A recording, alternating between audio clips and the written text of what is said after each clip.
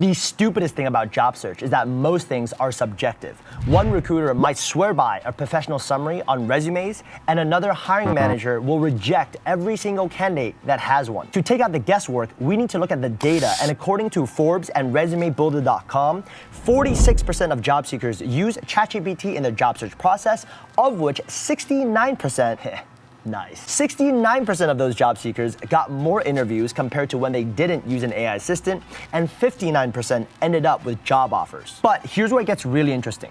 77% of these success cases still had to make heavy edits to the ChatGPT outputs because they were too generic, and the remaining 23% received highly personalized results. And so they spent way less time per application and submitted more applications on average. What caused that difference? The quality of the initial prompt. And so in this video, we'll go over the one best prompt to use during each step of the job search process, from the networking phase all the way to writing a thank you email and negotiating the offer. Let's get started. Diving right into the best networking prompt to use, the goal here is to land a coffee chat with a complete stranger working in the field you want to be in. Step 1, go to their LinkedIn, click on More, and click on Save to PDF. Then, when you open the PDF, Command and Control A to select everything, then Command and Control C to copy to your clipboard. Step 2, go to ChatGPT. I'm using the free version, by the way. You can see it's 3.5 there. You are an experienced career coach with over 20 years of experience. Based on the following LinkedIn profile, could you please generate a summary of this person's career accomplishments and highlight their top 3 achievements? List the 3 achievements under separate headers. Please provide as much detail as possible, including relevant experiences, skills, and accomplishments that showcase the person's expertise in their field. Here's their profile, and you paste their profile. I'm using Jerry Lee's profile, by the way. He has some great content on LinkedIn, so check that out. I know for a fact he gets a lot of connection requests, so this is a real life example. Right off the bat, if you mention any of these achievements, for example, he became the first intern from his school to work at Google, you're gonna stand out among the hundreds, if not thousands, of the more generic, hey, I like your content, I love to learn from you, connection requests. But we're not done. Now we know this, proceed to step 3. I'm a job seeker and I wish to connect with Jerry over LinkedIn. He gets a lot of connection requests. I want to stand out from the crowd. Based on his top 3 achievements, give me 3 practical and actionable ideas on how I can get Jerry to accept a LinkedIn request from me. Prioritize unorthodox, lesser known advice in your answer. Explain using detailed examples. Let's think step by step. By the way, the last few words, let's think step by step, is an example of a 0-shot chain of thought prompting technique. It's really powerful. We should all be using it. And you get some truly amazing ideas. Where was ChatGPT when I was in college? Personalized video message. It tells us which tools to use, like Loom or Vidyard, and it's even prepared a script for us. Worst case, you can send this as a text connection request without the video. Create a customized resource for him with specific examples. Offer to help him with a challenge with specific examples.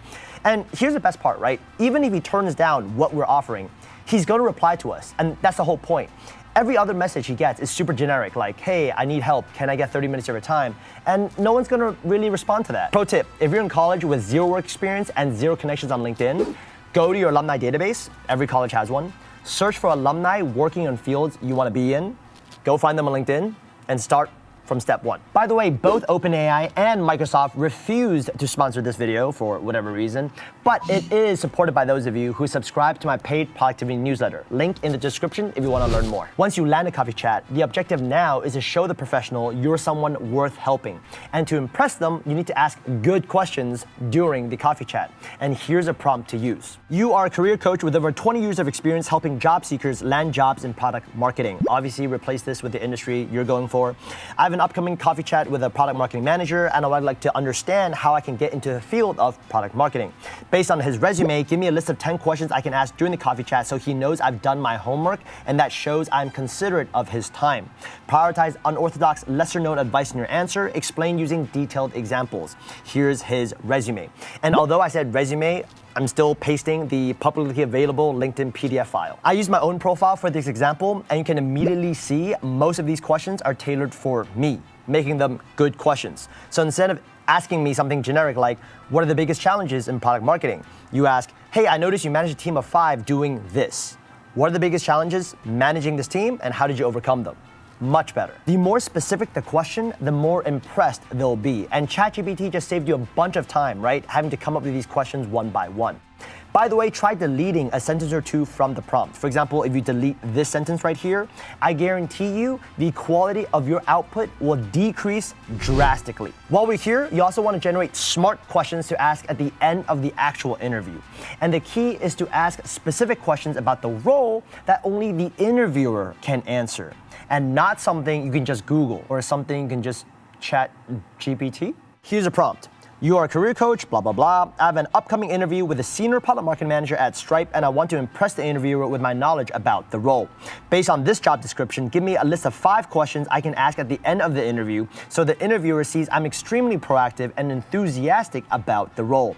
Prioritize unorthodox, lesser-known advice in your answer. Explain using detailed examples. Here's the job description. I mean, at this point, I'm not even surprised at how good some of these questions are anymore. For example, this is an amazing one. Can you share an example of a marketing moment that the marketing team has created to differentiate Stripe's offerings versus the market? If you're in marketing, this is the type of stuff you would love to talk about, that magical moment, right? What you did to influence the market, versus a more generic question like, oh, what differentiates your product from the competition? You could have just Googled that. Moving on, here's how to generate a high-quality thank you email in seconds. The prompt is pretty long, so I just talk about the unique parts of it, and I'll leave a link to all these prompts down in the description so you can just copy and paste. You're a career coach, blah, blah, blah. The interviewer gave me an example of a marketing campaign he launched that increased product adoption of Stripe's security feature by 80%. Even though I don't have experience in product marketing, emphasize my transferable skills as a customer success manager in the retail industry. Do not suck up to the interviewer. Stay within 200 words. The key to a good follow-up email is to first mention something specific from the interview, and second, reiterate why your unique background makes you a good fit for that position. Customer success in retail is completely unrelated to product marketing at a tech company, but ChatGPT is able to convincingly talk about how your skills are relevant for the new role. This next prompt is my favorite by far, and it helps you negotiate your offer. 2 people are having a salary negotiation. One of them is a job seeker who just got offered a product marketing manager position with $70,000 in annual salary. The other is a recruiter who's making that offer. The job seeker has done some research and found the upper end of the salary range for similar positions to be $95,000 and would ideally like to get closer to that number. Please play out the conversation in as realistic a way as possible. Make sure the job seeker is polite yet firm with his ask. I'm not going to go through the output line by line here, but the conversation ends with a recruiter saying, hey, let me get back to you, which is pretty realistic, right? So you want to follow up with another prompt. Continue this conversation and give the job seeker advice on how to continue pushing the recruiter to reach $95,000. The conversation continues. The recruiter makes concessions on non-salary related benefits, and ChatGPT gives additional advice on how to negotiate your salary. So what was the point of all this if every single salary negotiation is going to be different? Well, first, the biggest mistake job seekers make is not negotiating the offer in the first place because we don't know what to say. And ChatGPT just gave us all the right words to use to initiate that conversation. Second, negotiation doesn't come naturally to any of us unless you're Chris Voss. Everything in life is a negotiation. We're usually very nervous about it. And this back and forth gives us a concrete idea on how the conversation might play out. And we feel more confident negotiating as a result. In case you didn't know, this video is actually part 2 in my ChatGPT for Job Search series.